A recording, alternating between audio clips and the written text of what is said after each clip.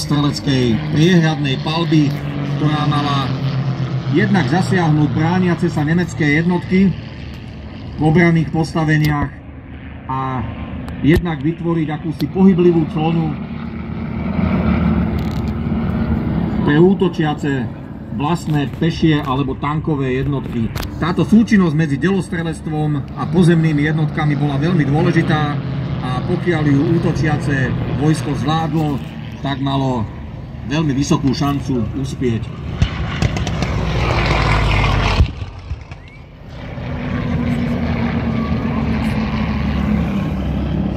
V tesnom závese za pohybujúcimi sa pešími alebo mechanizovanými jednotkami. A teraz vidíme, že palbu spustila nemecká 105 mm húfnica, ktorá sa snaží celkom pochopiteľne vyradiť z boja hlavný sovietský tromf, teraz ktorý vidíme na boisku samohybné delo Su-76. Sovieti určite už pripravujú svoju delostreleckú prípravu, ktorú spravidla vykonávali využitím viacerých typov delostreleckých prostriedkov mnohých kalibrov.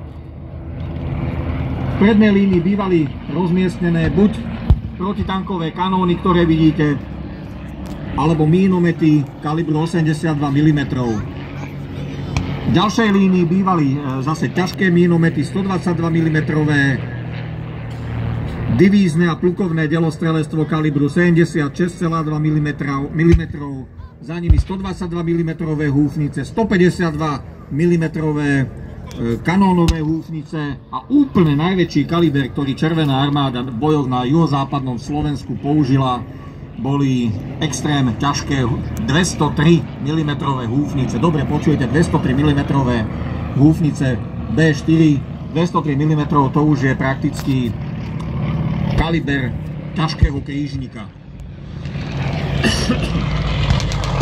Zatiaľ na zemi sledujeme prestrelku Su-76 s nemeckou ľahkou húfnicou a protitankovými kanónmi.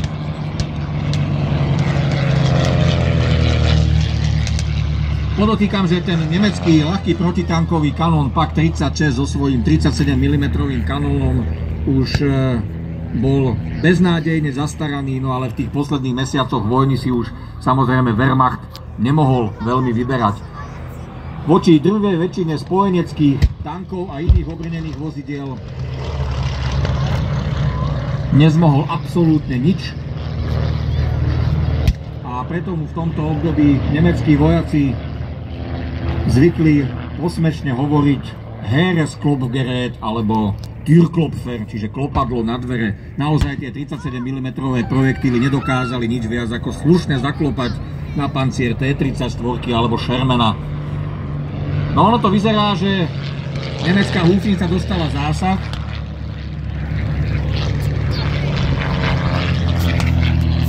Húfnica, ktorá nie je uspôsobená na priamu palbu, áno, ten čierny dym jednoznačne symbolizuje, že Nemci už túto húfnicu nevyužijú. Čiže boj na takúto krátku vzdialenosť s využitím húfnice je babank a aj sa to vypomstilo.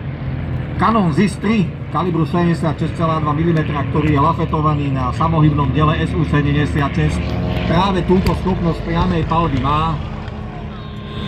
No a v kombinácii s ničivou a presnou palbou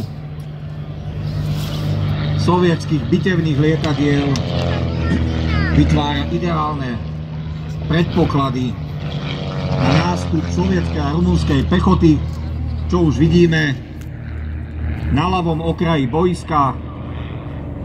Sovietskí dôstojníci rozmiestňujú jednotlivé pešie družstvá do širokej línie. Vidíme tam jednak príslušníkov sovietských streleckých jednotiek, čiže klasickej pechoty.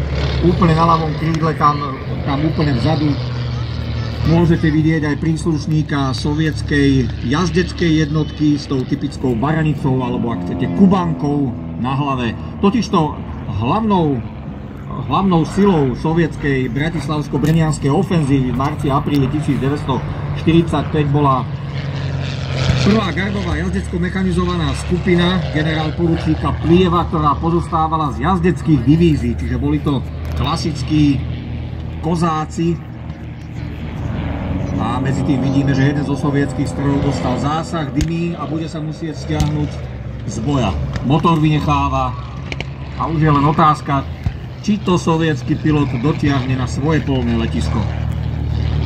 Ale aby som dokončil tú myšlienku o sovietských kozákoch, išlo o nie klasickú jazdu, išlo o niečo na spôsob historických dragúnov, čiže išlo vlastne o pechotu, ktorá používala kone len na dopravu. Ako náhle narazili na protivníka, zosadali z koní a bojovali ako pechota. Okrem toho každá jazdecká divízia tejto jazdecko-mechanizovanej skupiny disponovala aj tankovým plukom. No a v rámci týchto tankových plukov jazdeckých divízií by ste v roku 1945, keby ste mali nejaký stroj času, mohli vidieť jednak legendárne sovietské stredné tanky T-34-85, ale aj samohybné diela Su-76 a pomerne značnom množstve aj americké tanky M3 Stuart, prípadne britské tanky Mark 9 Valentine.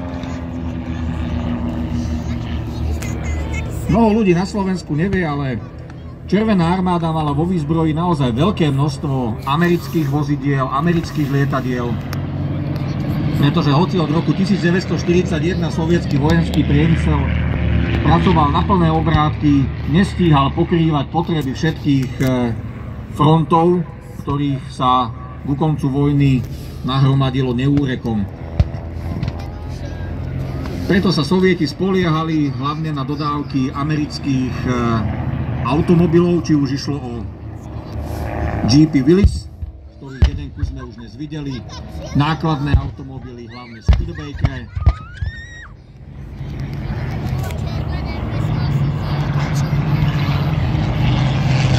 prípadne tanky Sherman.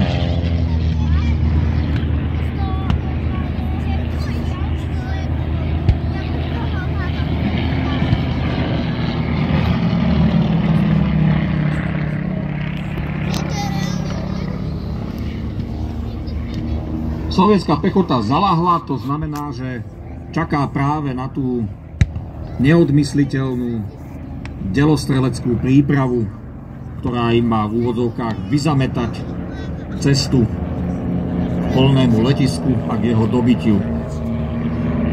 Je známym faktom, že už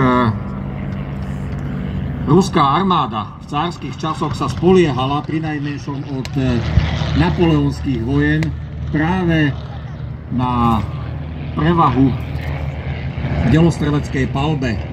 Dokonca sám Napoleon lichotivo označil ruské delostrelectvo za boha vojny.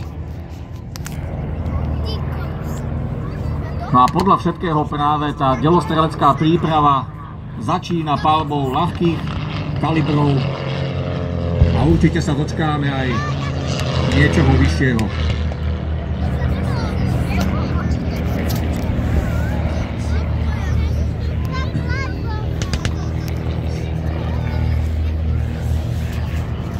Úplne na krajnom pravom krídle, čiže najbližšie k vám v sovietskej zostave postupujú aj rumunskí vojaci. O Rumunoch sa dlho málo vedelo, že bojovali na území Slovenska, ale boli tu celé dve rumunské armády, ktoré postupovali horskými masívmi stredného Slovenska.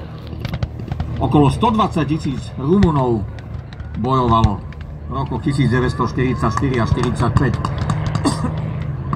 Na našom území oslobozovali aj Piešťany a okolie a práve preto tu oproti letisku sa nachádza pamätník venovaný ich zásluhám o oslobodenie Slovenska.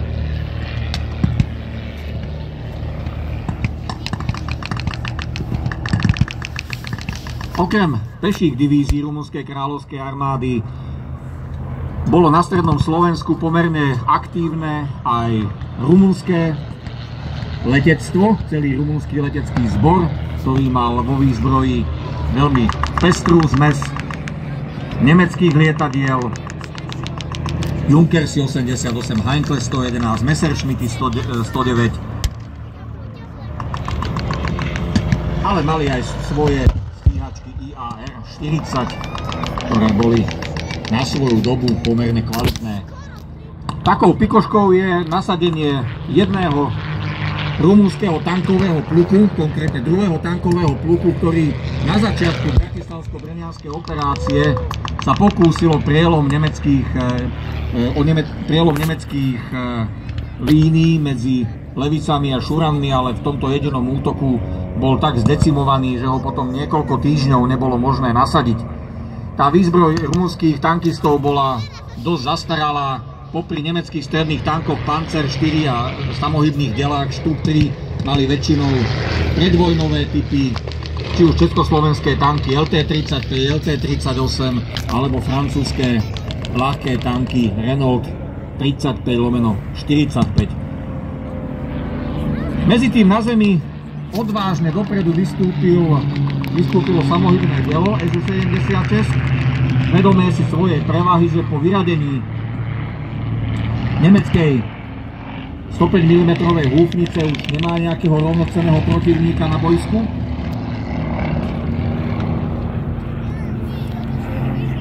Ale vidíme, že zozadu Nemcom prichádzajú posily.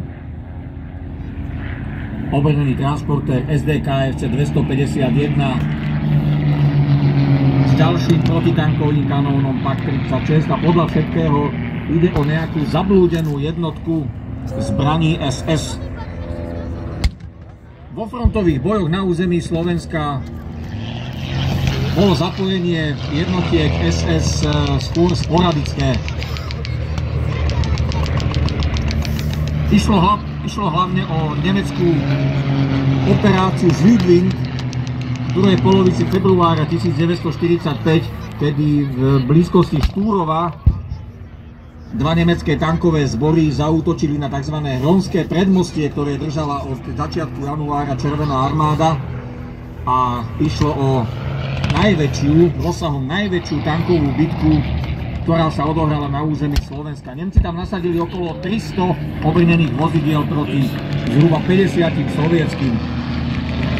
Vrátane najťažších tankov, ktoré boli počas vojny nasadené, 70-tonových nemeckých Königstigrov, dokonca celé dva prápory, čo sa stalo jeden jediný krát počas celej vojny.